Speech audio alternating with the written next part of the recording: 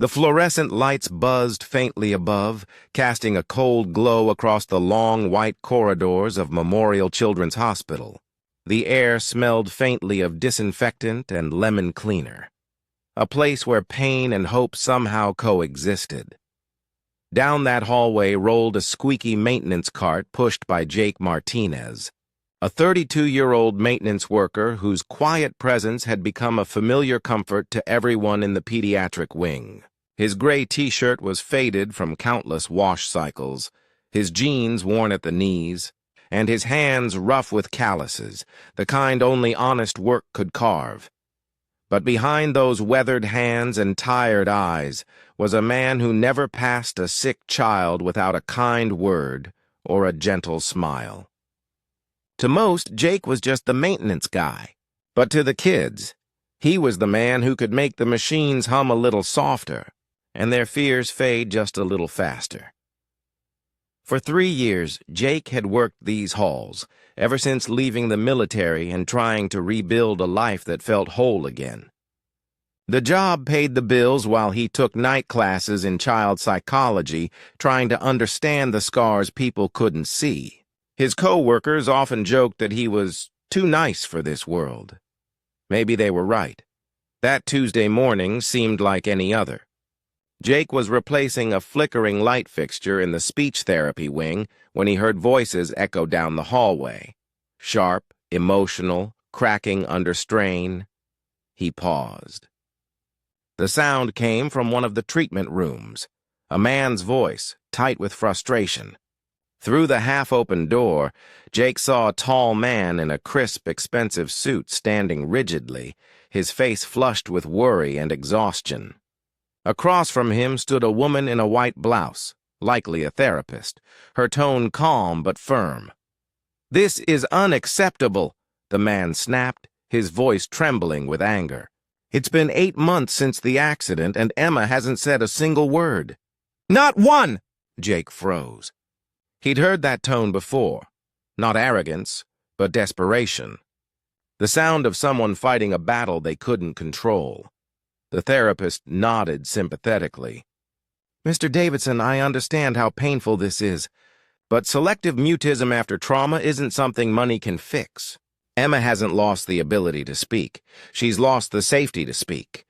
That takes time." "Time?" the man echoed, his voice breaking. "How much more time do I give her? She used to be so full of life. Now she just sits there.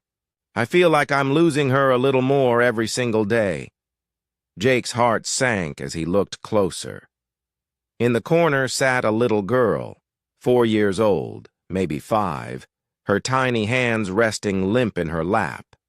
She wore a pink and white dress that looked freshly pressed, her curly blonde hair tied with a bow. But her eyes were far away, empty, as though she'd locked herself behind a door no one could open. The therapist crouched beside her, showing colorful flashcards and soft toys, trying to coax some spark of life from her small, motionless form. "Emma, sweetheart," the man whispered, dropping to one knee. "Daddy's here. Can you look at me? Can you say something? Anything?" But the little girl didn't move, didn't blink, didn't even seem to breathe. It was as if she'd retreated into another world, one where no one could reach her. Not even her father. Jake's chest tightened. He'd seen that look before. In war zones, in orphanages, in children who had seen too much. It was the look of someone who'd stopped feeling safe anywhere. And as he watched that broken father reach for his silent daughter, Jake realized something deep down. Sometimes the best doctors and the brightest therapists couldn't fix what was shattered. Sometimes it took someone who understood pain to bring another soul back from it. As the therapy session ended in quiet defeat, Jake lingered by the doorway, pretending to tidy his cart, while his eyes followed the man and his little girl. The father, still in that sharp, tailored suit, gently lifted his daughter into his arms. She didn't resist. She didn't cling. Her small arms just hung there, limp and lifeless against his chest, her gaze blank and far away. It wasn't the stillness of calm. It was the stillness of someone who'd stopped expecting the world to notice her. Something inside Jake twisted. He'd seen soldiers come home with that same emptiness. But seeing it in a child, that hurt differently. He took a small step forward. "Excuse me, sir?" he called softly, his tone cautious, respectful. The man turned, tired eyes meeting Jake's. "I'm sorry. I didn't mean to intrude.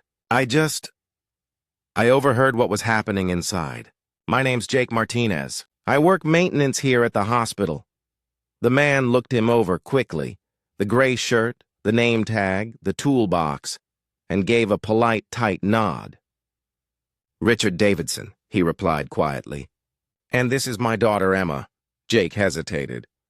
He knew how it must look, a janitor stepping into a world that wasn't his. But something in him refused to stay silent.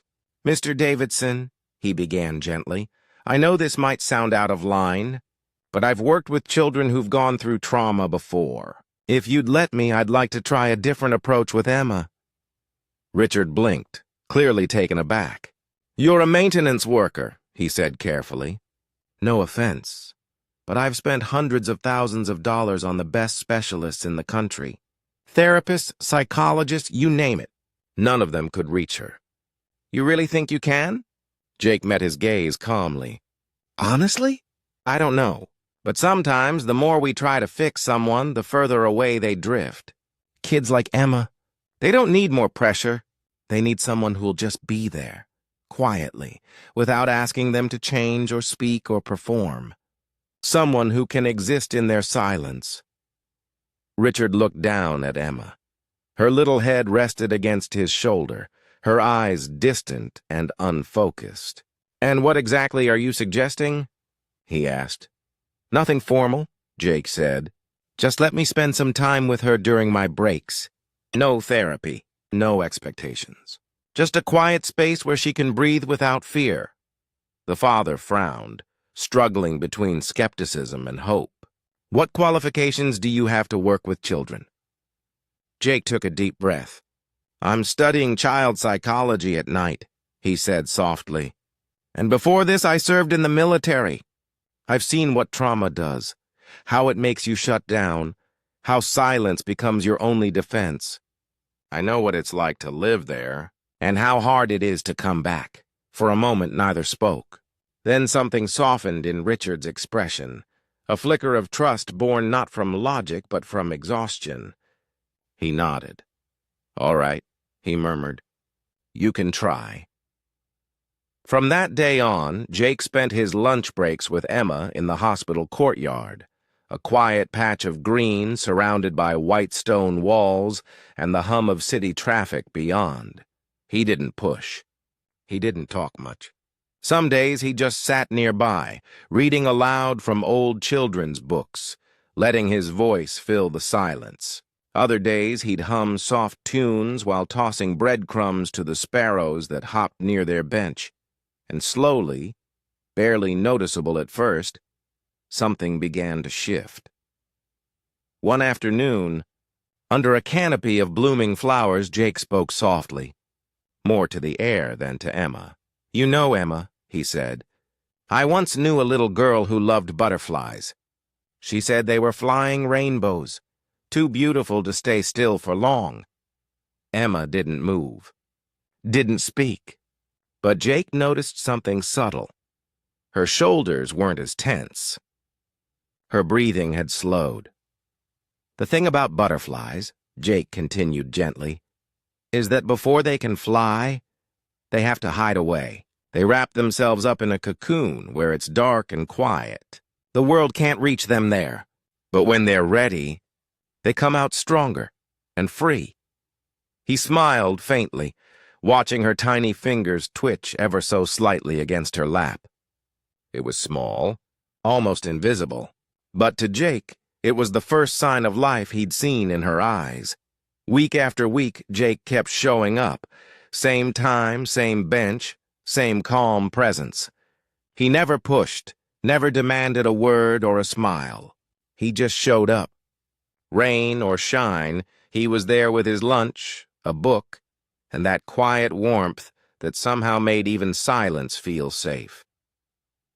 Emma still didn't speak, but something inside her had begun to shift, slow, fragile, like the first thaw after winter.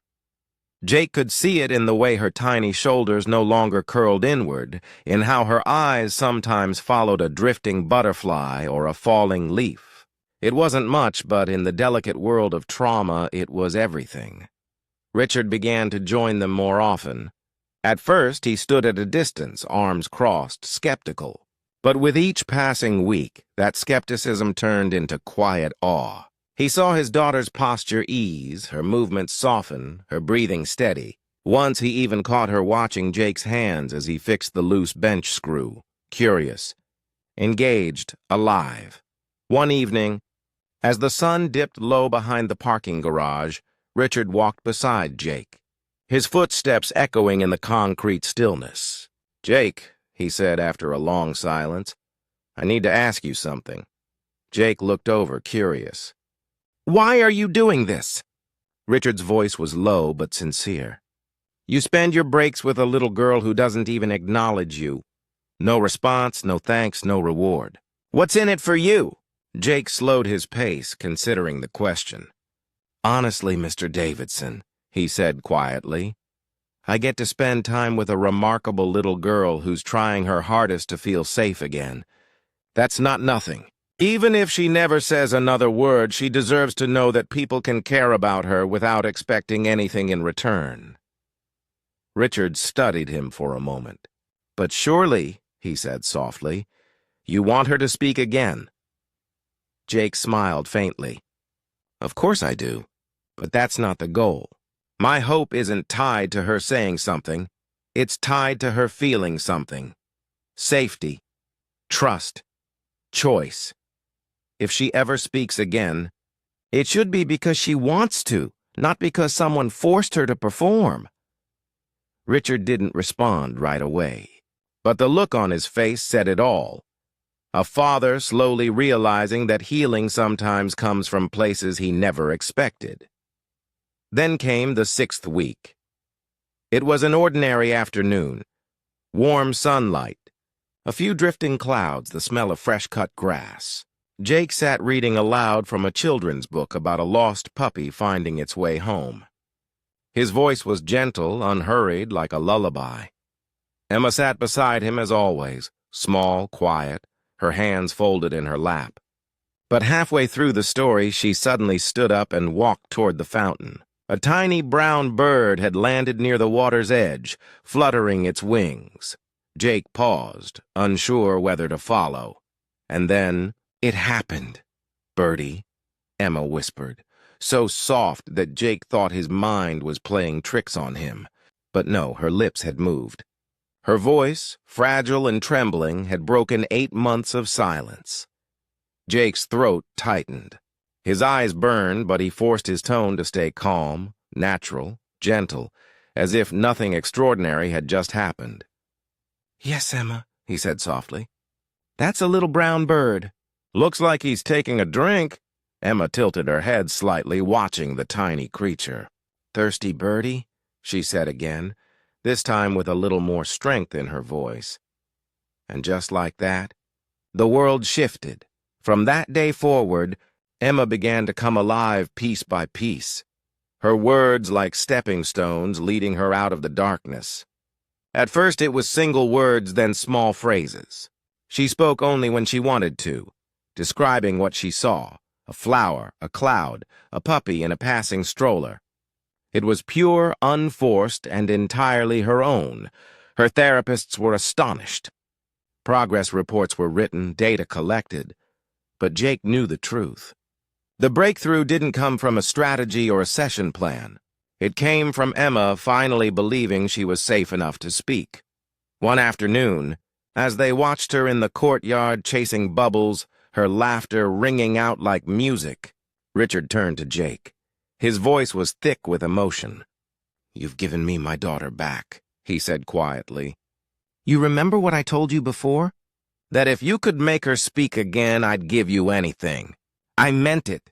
Tell me what I can do to repay you." Jake watched Emma giggling as she tried to catch the bubbles floating around her, sunlight glimmering on her golden curls. He smiled. "Mr. Davidson," he said softly, "you don't owe me a thing."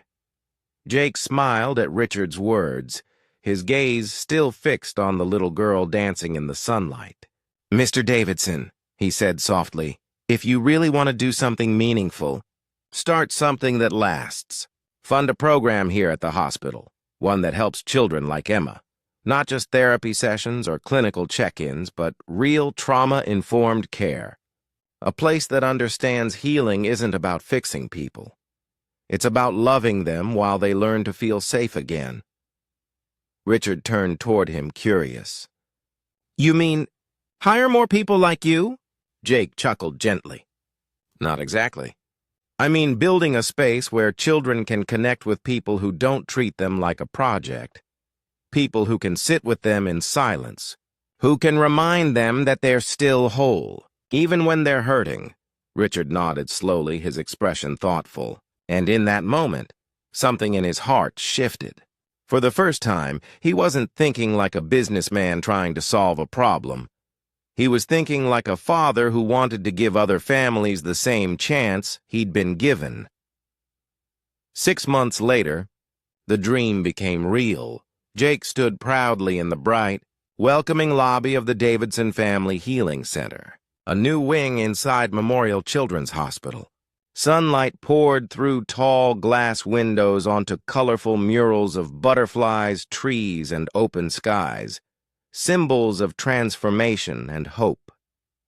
The air carried the sound of laughter, soft conversation, and the distant hum of music therapy sessions. This wasn't an ordinary hospital ward. It was a sanctuary, a place where children and their families could rebuild their lives after trauma.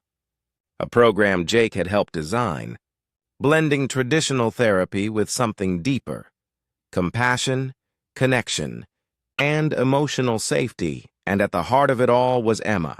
Now 5 years old, she had become the unofficial mascot of the center, her laughter filling the halls like music. She'd gone from silence to storytelling, from avoiding eye contact to charming every nurse and volunteer she met. Her favorite topic, of course, was butterflies. "Mr. Jake!" she called out one morning, running toward him in her tiny sneakers, clutching a stuffed animal in one hand. She tugged on his sleeve, her bright blue eyes full of excitement. "Will you read me the butterfly story today?" Jake grinned down at her. "Of course, Emma," he said warmly. "But first, do you want to help me water the flowers in our garden?" "Yes," she said without hesitation. "And I want to tell them about the butterflies, the ones still sleeping in their cocoons, waiting until they feel safe enough to fly." Jake's smile softened as he took her small hand in his. Together they walked toward the garden courtyard, the same one where she'd once sat in silence, staring at the world through a veil of fear. Now her laughter echoed through the air like the flutter of wings. Up in his office window, Richard watched them, the unlikely pair who had changed everything. His eyes glistened with quiet gratitude. The maintenance worker who had asked for nothing but time had given his family something priceless. Not money, not medicine, but hope. The kind of hope that can't be bought or prescribed. He'd taught them that love and patience could reach places that technology and therapy couldn't touch. That sometimes the most extraordinary healing doesn't come from a professional breakthrough, but from a quiet, consistent presence. From someone who sees you, even when you can't see yourself. And as the sun bathed the courtyard in golden light, the little girl who had once hidden inside her silence ran free among the flowers, her voice bright and sure, because when the world finally felt safe again, Emma did what she was always meant to do. She spread her wings and let her voice soar,